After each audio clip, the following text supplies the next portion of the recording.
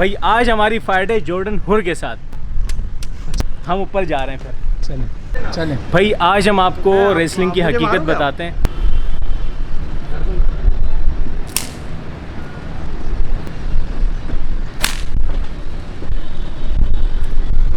भाई वाकई बहुत जो ना तेज़ लगी है और लोग कहते हैं कि भाई ये फेक है। मैं तो अब बिल्कुल स्टैंप लगा के कहूँगा कि ये फेक नहीं है। लोग कहते हैं रेसलिंग फेक है, इसकी क्या हकीकत है? पाकिस्तान रेसलिंग को क्यों सपोर्ट नहीं करता? पाकिस्तान रेसलिंग को तो बहुत सपोर्ट करता है, लेकिन पाकिस्तान पाकिस्तानी रेसलिंग को सपोर्ट नहीं करता। गवर्नमेंट ने आपको मतलब कांटेक्ट करने की कोशिश नहीं की अभी तक? नहीं, गवर्नमेंट की नज़र में तो और कोई खेल है ही नहीं ना, उसको तो सिर्फ एक गेंद और बल्ला ही नज़र आता है। तो उन मम्मी डैडी बच्चों के लिए तो ये फील्ड है ही नहीं फिर। ठीक है, जब तक दिल बड़ा कर कर कोई रिंग के अंदर एंटर नहीं होता है तो जब तक तो वो कुछ कर ही नहीं सकता। अगर उसके दिल में ज़रा सा भी डर है तो वो कुछ भी नहीं कर सकता। वो रिंग के अंदर आ भी जाएगा तो वो यहाँ से चक्कर खा के बाहर चला जाएगा। 100 से ज़्यादा फाइट्स खेल चुका हूँ मैं अभी तक। ये जो इंडिया की फ़ाइट आपने लड़ी है तो इसकी ज़रा स्टोरी बताइएगा। अस्सलाम वालेकुम, मेरा नाम हसन है और आज मैं मौजूद हूँ एक ऐसे शख्स के साथ जो प्रोफेशनल रेसलर हैं और इन्होंने हाल ही में इंडिया के एक प्रोफेशनल रेसलर को हराया है और काफ़ी इंटरनेशनल फ़ाइट्स भी किए हैं, काफ़ी जीते भी हैं और काफ़ी सारे मेडल्स भी इनके साथ हैं। तो आज हम इनसे पूछते हैं कि इनके पास कितने मेडल्स हैं और इन्होंने कौन कौन से मुल्कों में फ़ाइट लड़ी हैं। तो सारी डिटेल इनसे लेते हैं कि इनकी डाइट क्या है, इनका ख़र्चा कितना आता है और ये ख़ुद क्या करते हैं, इसके अलावा क्या करते हैं और कितने अरसे से कर रहे हैं। तो ये सारी चीज़ें हम इस वीडियो में पूछते हैं। अस्सलाम वालेकुम। वालेकुम अस्सलाम। सर कैसे हैं आप? ठीक ठाक, खैरियत से हैं? ठीक। अच्छा मुझे ये बताइएगा कि आपने अब तक कितनी फ़ाइट्स लड़ी हैं? यार 100 से ज़्यादा फाइट्स खेल चुका हूँ मैं अभी तक। ये जो इंडिया की फ़ाइट आपने लड़ी है तो इसकी ज़रा स्टोरी बताइएगा। देखिए, इंडिया का एक रेसलर है गोपाल शर्मा, तकरीबन 3-4 साल से वो मुझे वीडियो मैसेजेस पे चैलेंजेस कर रहा था और मैं कभी सीरियस उसको एक्चुअली लेता नहीं था, क्योंकि इंडियंस नॉर्मली भौंकने में बहुत अच्छे होते हैं और उसके बाद ही भाग जाते हैं। तो मैं इस वजह से सीरियस नहीं लेता, लेकिन फिर कुछ जब ज़्यादा हो गया तो मैंने उसका चैलेंज एक्सेप्ट किया था और हमने फिर एक न्यूट्रल प्लेस एक डिसाइड किया था, नेपाल, क्योंकि इंडिया जाना एक नामुमकिन सी चीज़ है। तो नेपाल में हमने प्लेस डिसाइड किया था और वहाँ फ़ाइट हुई थी और मैं वहाँ विन किया था इंडियन चैम्पियनशिप। और ये मेरे पास है भी इंडिया की इज़्ज़त। अच्छा, ये आपने उनसे मतलब जीता है? जी, मैं विन किया हूँ उससे इंडिया। अच्छा मुझे ये बताइएगा कि आपका जो ख़र्चा होता है, आप जो मुल्क जाते हैं तो वो किसकी तरफ से होता है? वो सारा कुछ हम अपने पॉकेट से करते हैं। हमें कोई इस तरह से कोई पीछे से कोई बैकएंड सपोर्ट नहीं है, ना गवर्नमेंट लेवल पे, ना एज सच कोई प्राइवेट सेक्टर से होती। हाँ, वंस ना ब्लू मून कोई अगर स्पॉन्सर मिल जाता है तो वो भी इतना ही होता है कि आपकी खाली ट्रैवलिंग ही होती है उसमें। इसके अलावा अदर एक्सपेंसेस वो आपको खुद ही बेयर करने पड़ते हैं। मुझे एक और बात बताइएगा कि पाकिस्तान रेसलिंग को क्यों सपोर्ट नहीं करता? पाकिस्तान रेसलिंग को तो बहुत सपोर्ट करता है, लेकिन पाकिस्तान पाकिस्तानी रेसलिंग को सपोर्ट नहीं करता। हर घर में WWE देखी जाती है और ऐसे ऐसे रेसलर्स के नाम उनको पता होंगे जो उनके बाप दादा के दौर के हैं, यानी कि अल्टीमेट वॉरियर, हॉगन, ये वो हैं जो दादा के दौर के हैं, लेकिन आज की जनरेशन को भी उनके नाम पता होंगे। रॉक है तो रॉक की अभी 4थी जनरेशन, यानी रॉक एक पूरा एक ख़ानदान है जो समोन फैमिली के नाम से है, उसकी 4थी जनरेशन अभी चल रही है, सबको पता है। लेकिन अनफॉर्चुनेटली पाकिस्तानी रेसलर्स को देखना नहीं चाहते हैं। इसका कोई मंतक मेरी समझ में नहीं आती। या तो वो वेट कर रहे हैं कि यहाँ से कोई पाकिस्तानी स्विच करके अमेरिका चले जाए और फिर यहाँ से बैठकर सब एग्जांपल्स दे रहे होंगे, ये हमारा पाकिस्तानी देखो अमेरिका में फ़ाइट्स करता। तो बजाय कि इसका वेट करेंगे अब यहाँ से कोई पाकिस्तानी फ्लाई करके वहाँ चला जाए और अपना फ्लैग एक्सचेंज कर ले, तो अपने मुल्क में जब कर रहे हैं तो अभी सपोर्ट कर लें उसको। ये आपका पैशन है या प्रोफेशन है? ये अभी सिर्फ पैशन है और हम कोशिश कर रहे हैं कि अब जो अपकमिंग बैचेस हों, जो लोग इस फील्ड में आए तो उनके लिए ये प्रोफेशन भी हो। लेकिन अभी तक हम तो एक ग्राउंड बना रहे हैं, अभी तक हम तो एफर्ट्स ही कर रहे हैं। तकरीबन 6-7 साल हो गए, अभी तक तो पैशन ही है। गवर्नमेंट ने आपको मतलब कांटेक्ट करने की कोशिश नहीं की अभी तक? नहीं, गवर्नमेंट की नज़र में तो और कोई खेल है ही नहीं ना, उसको तो सिर्फ एक गेंद और बल्ला ही नज़र आता है। तो अभी तक तो ऐसा नहीं है, ना हमें कुछ ऐसी कोई ख़ास उनसे नीड है, हम कोई उनसे कोई फ़ंड्स तो नहीं मांगते, क्योंकि हम तो एक पाकिस्तान का रिप्रेजेंट करते हैं। तो हमें तो एक ओनर के साथ अगर कोई चीज़ मिलेगी तो हम उसको डेफिनेटली एक्सेप्ट करेंगे। लेकिन ऐसा नहीं है कि हम कोई एप्लीकेशंस बना के सबमिट कराएंगे कि हमारी मदद कर दें और हमारी हेल्प कर दें, ऐसा नहीं है। अल्हम्दुलिल्लाह हम जो हैं ख़ुद से ही काफ़ी इस मामले से ख़ुद कफ़ील हैं। सारी चीज़ें जब हमने खुद बना ही ली हैं, रिंग भी बना लिया, इंटरनेशनल टूर्स कर लिए, इंटरनेशनल प्लेयर्स को हमने यहाँ बुला लिया, तो आगे भी हम खुद कर लेंगे। फिर ये सारा आप अपनी बिहाफ पे करते हैं? जी बिल्कुल, सारा खर्चा आपकी तरफ से बिल्कुल होता है? अपनी तरफ से होता है। जिसको भी आप बुला रहे हैं, आप कहीं भी जा रहे हैं, सारा अपनी तरफ से होता है? जी बिल्कुल, ये सारा अपनी तरफ से होता है। सारे कॉन्टैक्ट्स हमारे होते हैं, सारी सिक्योरिटीज़ जो हम देते हैं। ज़ाहिर है इंटरनेशनल कोई रेसलर आता है तो उसको सबसे ज़्यादा जो प्रॉब्लम होती है वो थी सिक्योरिटी की, क्योंकि पाकिस्तान का इमेज आपको पता है थोड़ा सा जो है वो इतना अच्छा नहीं है इंटरनेशनली। तो हमने 2 से 3 दफ़ा इंटरनेशनल रेसलर्स को बुलाया, तो पाकिस्तान का बड़ा एक अच्छा और एक सॉफ्ट इमेज हमने दुनिया को दिया कि पाकिस्तान एक सेफ़ कंट्री है। और स्पोर्ट्स के हवाले से पाकिस्तान में भी वो कुछ हो रहा है जो अमेरिका में हो रहा है, जो यूएस में हो रहा है, जो यूरोप के दूसरे कंट्रीज़ में हो रहा है। तो वो लोग भी देखकर काफ़ी खुश हुए, उन्होंने कहा ये तो बहुत अच्छी जगह है, पाकिस्तान में भी रेसलिंग होती है। तो रेसलिंग भी एक बहुत अच्छा ब्रिज है दुनिया के लिए, अगर हम पाकिस्तान का नाम अच्छे पर्सपेक्टिव में प्रेजेंट करते हैं तो। अच्छा, मुझे ये बताइएगा कि इन फ्यूचर हो सकता है 5 साल में, 10 साल में, क्या रेसलिंग पाकिस्तान में आ सकती है? पाकिस्तान में रेसलिंग आ चुकी है और पाकिस्तान में रेसलिंग बहुत आगे जा चुकी है, लेकिन थोड़ा सा लैक है, हम लोगों के घरों तक नहीं पहुंचा पा रहे हैं। इसमें मीडिया का एक बहुत बड़ा रोल होता है, मीडिया दिखाता है। मैं पाकिस्तान के हर शहर में, हर घर में जाकर लोग अपना जो सोशल साइट्स नहीं दिखा सकता या अपनी रेसलिंग नहीं दिखा सकता। हम एक जगह परफॉर्म करते हैं, वो टेलीकास्ट होता है वीक में 1 दफ़ा, उसके बाद फिर मीडिया का रोल है कि वो किस तरह से उसको जो है प्रमोट करता। तो मीडिया, मैं समझता हूँ कि मीडिया का ही एक मेजर रोल है। अगर मीडिया चाहता है कि ये स्पोर्ट ग्रो करे तो मीडिया को ही इसमें इनिशिएटिव लेना पड़ेगा। सही है। हुकूमत को आप कोई मैसेज देना चाहते हैं? हुकूमत को बस एक यही मैसेज है कि अपने टैलेंट की कदर करें, चाहे वो किसी भी स्पोर्ट से हो। मैं नहीं कहता कि खाली रेसलिंग ही है, प्रोफेशनल रेसलिंग ही है, और भी स्पोर्ट हैं जो इंतज़ार में हैं आपकी एक नज़र करम हो, तो इससे पाकिस्तान का ही फ़ायदा है। देखें दुनिया में जितने भी ममालिक हैं वो सिर्फ जो है वो ट्रेड से नहीं अपनी इकॉनमी को सर्वाइव कर रहे होते हैं। स्पोर्ट है, टूरिज़म है, बहुत सारे फैक्टर्स होते हैं। रेसलिंग दुनिया का सबसे महंगा तरीन स्पोर्ट है, यानी कि दुनिया का जो महंगा तरीन टिकट होता है वो रेसलमेनिया का होता है। अमेरिका उससे भी कमा रहा है ना यार।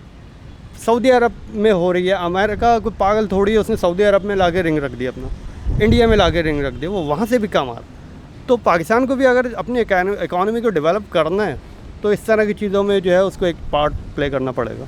अच्छा सर, एक शो ऑर्गेनाइज करने में या फाइट लड़ने में टोटल कितना खर्चा आता है? टिकट का, डाइट का, या और काफ़ी गेयर का, इक्विपमेंट का, टोटल कितना खर्चा आता है? देखें, एज इंडिविजुअल तो सबका डिफरेंट होता है। ज़ाहिर है अगर कोई लेदर अपने गिमिक में ऐड करता है तो लेदर एक्सपेंसिव है, ठीक है।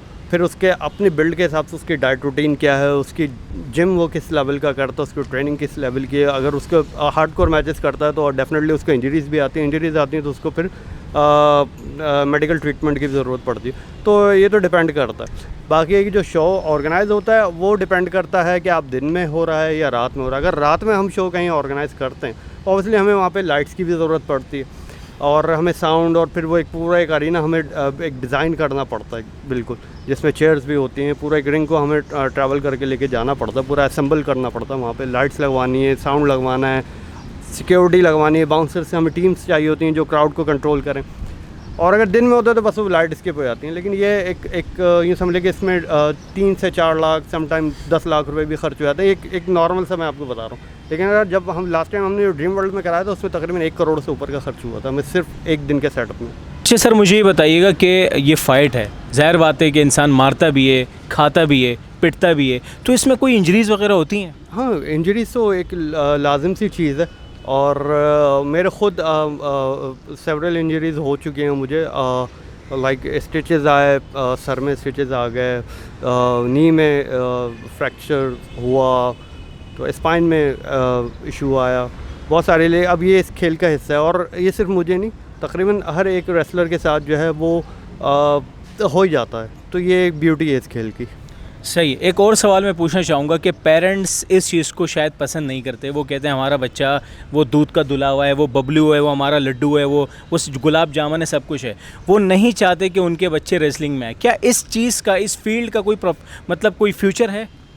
फ्यूचर तो है। देखें, पाकिस्तान में हमारे फैमिलीज़ का जो आप परसेप्शन बता रहे हैं, देखें उन मम्मी डैडी बच्चों के लिए तो ये फील्ड है ही नहीं फिर, ठीक है।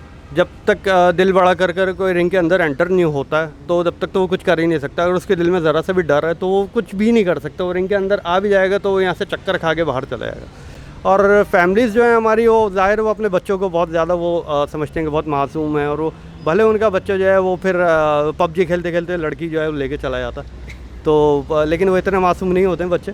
तो मैं चाहूँगा कि पेरेंट्स को चाहिए कि उनको डाइवर्ट करें हेल्दी स्पोर्ट्स की तरफ। ये जो मोबाइल फ़ोन और इस तरह की जो एक्टिविटीज़ हैं, बच्चों का जो है मेंटली जो है वो डाइवर्जन किसी और तरफ हो गया।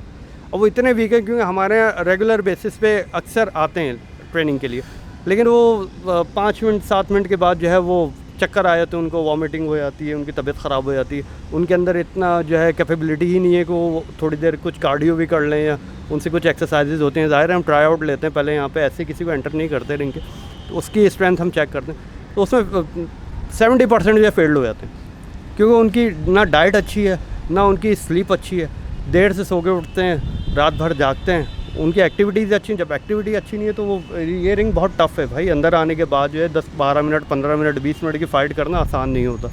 तो बाहर देखने में तो लोग चैंट्स कर रहे होते हैं, इन्जॉय कर रहे होते हैं, लेकिन जो रिंग के अंदर होते हैं उनके लिए एक बहुत टफ़ चीज़ है। लोग कहते हैं रेसलिंग फेक है, इसकी क्या हकीकत है?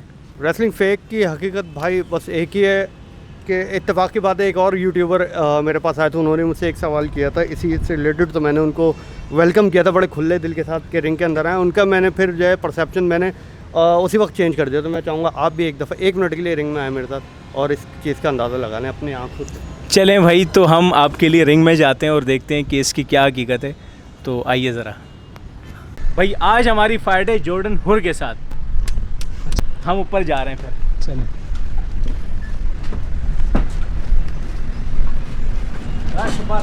चलें भाई, आज हम आपको रेसलिंग की हकीकत बताते हैं।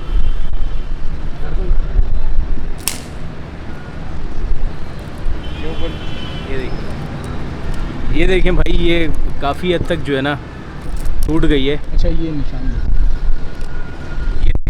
निशान पड़ गया पूरा, और पूरे निशान पड़ गए। तो भाई ये हकीकत है। अब मैंने खाने के इसकी जो है ना हकीकत क्या है,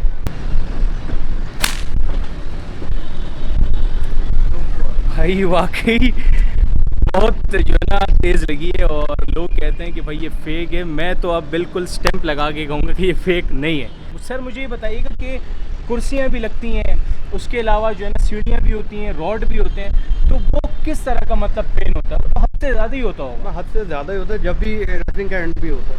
अगर पेन नहीं होगा तो एंड भी नहीं होगा, क्योंकि टैप आउट होता है। टैप आउट जब भी करेंगे ना, जब आपके हद से ज़्यादा बर्दाश्त से बाहर पेन हो जाएगा या बहुत ज़्यादा तकलीफ में होगी, तो हमारे पास ये तो खैर एक बहुत माइनर सी चीज़ है। ये हार्डकोर मैचेस में एक ये थोड़ी बेसिक चीज़ है, तो मैंने आपको बहुत लाइटली आपको टेस्ट कराया। इसके अलावा हमारे पास ट्यूबलाइट्स होती हैं, थंब पिन्स होती हैं, प्लैंक्स होते हैं, रॉड्स होती हैं, चेयर्स होती हैं, टेबल्स होती हैं, और 10 फीट की लैडर होती है। तो इस तरह की काफ़ी सारी चीज़ें हम यूज़ करते हैं। बहुत ज़्यादा पेनफुल होता है। मकसद बताने का ये है कि लोगों को चाहिए खुद आगे देखें। मैं सबको तो ये नहीं कहूँगा कि हर लोग आए रिंग के अंदर और मार खाएं पहले, लेकिन जब सामने लड़ के देखेंगे तो भी उनको नज़र आएगा। अच्छा, मुझे ये बताइएगा कि ये जो आपने मुझे मारा है, ये आप प्रैक्टिस में कितनी यूज़ करते हैं, कितनी अप्लाई करते हैं अपनी बॉडी पे? यार डेली के हमारे जो है स्केड्यूल में शामिल होती है चीज़। अच्छा, लाइक पंचेस के होते हैं, यानी कि गट पंचेस होते हैं हमारे 200-300 डेली के होते हैं, स्ट्रेंथ की होती है, स्टेमिना की होती है। अब ये जो चीज़ें हैं हमारे लिए हम डेली बेसिस पे करते हैं, 10 से 15 20 जितना भी हमारा रोस्टर होता है। अगर हमारा रोस्टर 30 का है तो ये समझिए कि पर रोस्टर 30 स्टेक्स उसको पड़ती है, सब एक दूसरे को एक्सचेंज करते हैं, जो ट्रेनिंग का पार्ट होता है। इसी तरह से बहुत सारी और जो मल्टीपल चीज़ें होती हैं हम ग्रेजुअली एकदम से नहीं कराते, हर एक लेवल होता है, उसको आहिस्ता आहिस्ता अपग्रेड करते हैं।